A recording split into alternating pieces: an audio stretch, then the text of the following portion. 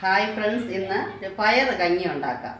Okay, അതിൻ്റെ ingredients ആദ്യം കാണാം. ഇതിൽ ഒരുഴക്ക് ചമ്പാവരി, അതായത് ഇത് പവിഴത്തിൻ്റെ അരിയാണ് ഞാൻ എടുത്തിട്ടുള്ളത്. ഏത് വേണമെങ്കിലും എടുക്കാം നമുക്ക്.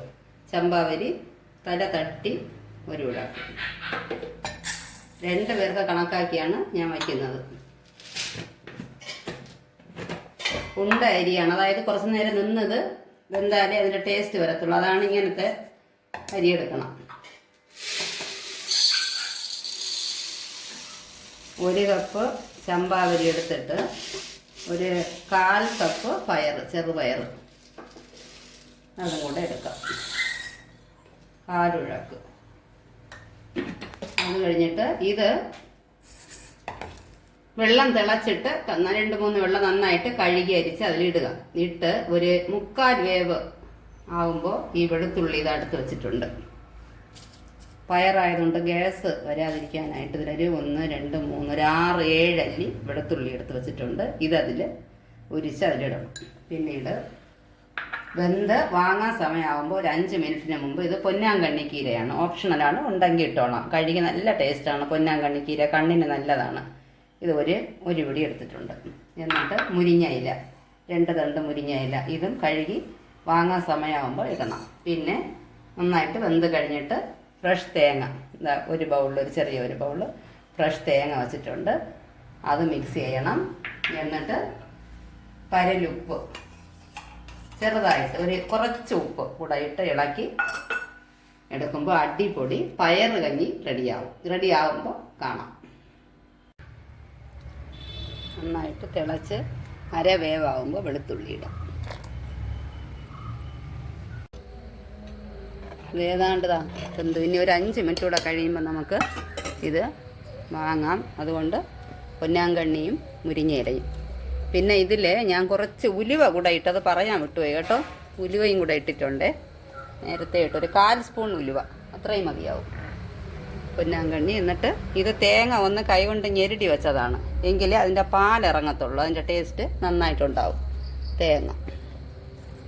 ഇനി നമുക്കൊരു 5 മിനിറ്റ് കഴിയുമ്പോൾ ഇത് വാങ്ങി വയ്ക്കാം. ഞാൻ ഇതിൽ ഉപ്പിടുന്നില്ല, കാരണം ഇതിൻ്റെ കൂടി വെള്ളത്തിലിട്ട മാങ്ങയാണ് കൂട്ടുക. അതിൽ നല്ല ഉപ്പുള്ളത് കാരണം ഇതിൽ ഉപ്പിടുന്നില്ല. ഇല്ല, ചമ്മന്തിയാണ് നമ്മൾ ഇതിൻ്റെ കൂടെ കഴിക്കുകയാണെങ്കിൽ, തേങ്ങ ചമ്മന്തിയാണ് ഇതിൻ്റെ കൂട്ടാനെങ്കിൽ ഇതിൽ കുറച്ച് ഉപ്പിട്ട് ഇറക്കാം. ഞാൻ ഇത് ഉപ്പിടുന്നില്ല ഇതിൽ. 5 മിനിറ്റ് കഴിയുമ്പോൾ കഞ്ഞി റെഡിയാവും.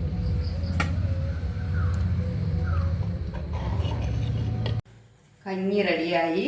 നമുക്കിനി മാങ്ങ, വെള്ളത്തി മാങ്ങ എടുക്കാം.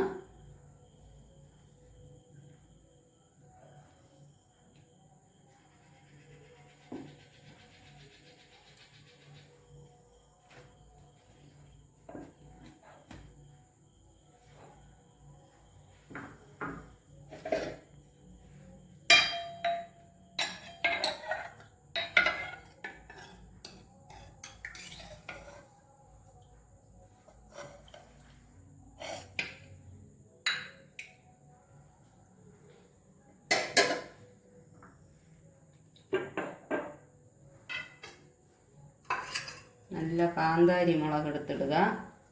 കാന്താരി മുളക് പൊട്ടിച്ച് ഞെരടുമ്പോൾ നല്ല ടേസ്റ്റാണ്. നല്ല ഉപ്പ് ഇതിൽ ഉണ്ട്, അതുകൊണ്ട് ഉപ്പ് ചേർക്കണ്ട. എരിവുള്ള മുളകാണ്. കൈ കഴുകിയിട്ട് നമുക്കിത് ഞെരടിയെടുക്കണം.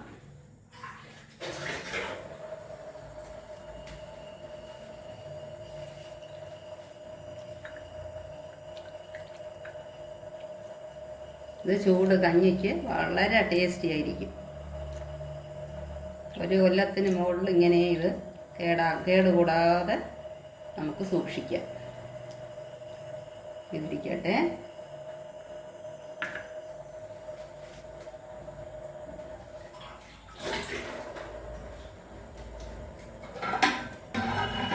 പിന്നീട് ഇത് പൊട്ടുവാഴയ്ക്ക എന്ന് പറയുമ്പോൾ നമുക്ക് ഈ കാറ്റത്തൊക്കെ ഒടിഞ്ഞ് വീഴില്ലേ, അതിൻ്റെ പാളയം കോടാൻ നമ്മൾ മെഴുക്ക് പുരട്ടി ഉണ്ടാക്കിയതാണ്.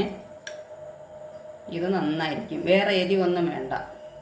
പച്ചമുളക് അല്ലെങ്കിൽ 1-2 വറ്റൽ മുളക് ഇങ്ങനെ ഇട്ട് വെളിച്ചെണ്ണയിൽ തന്നെ ഉണ്ടാക്കണം. കൂടുതൽ വെളിച്ചെണ്ണ ഒഴിച്ച് മൊരിച്ചെടുക്കണം. ഉപ്പ്, മുളക്, വെളിച്ചെണ്ണ, അത്രയേ ഉള്ളൂ. മെഴുക്ക് പുരട്ടി. പിന്നെ ഇത് കിഴങ്ങ് പപ്പടം, കഞ്ഞി കുടിക്കാനായിട്ട് മരിച്ചിനി പപ്പടമാണ് ഈ വറുത്ത് വെച്ചിരിക്കുന്നത്. പിന്നീട് ഇത് നല്ലെണ്ണ ഇട്ട് നെല്ലിക്ക വഴട്ടി നല്ലെണ്ണ ഒഴിച്ച് വെച്ചതാണ്. ഇതും അടിപൊളി ടേസ്റ്റാണ്, നാടൻ നെല്ലിക്ക.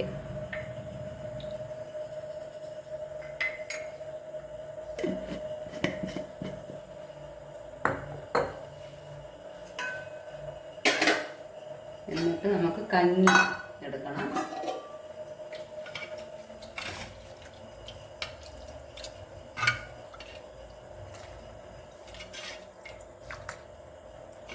നല്ലതായിട്ട് അടുപ്പിൽ വെന്ത കഞ്ഞിയാണ്.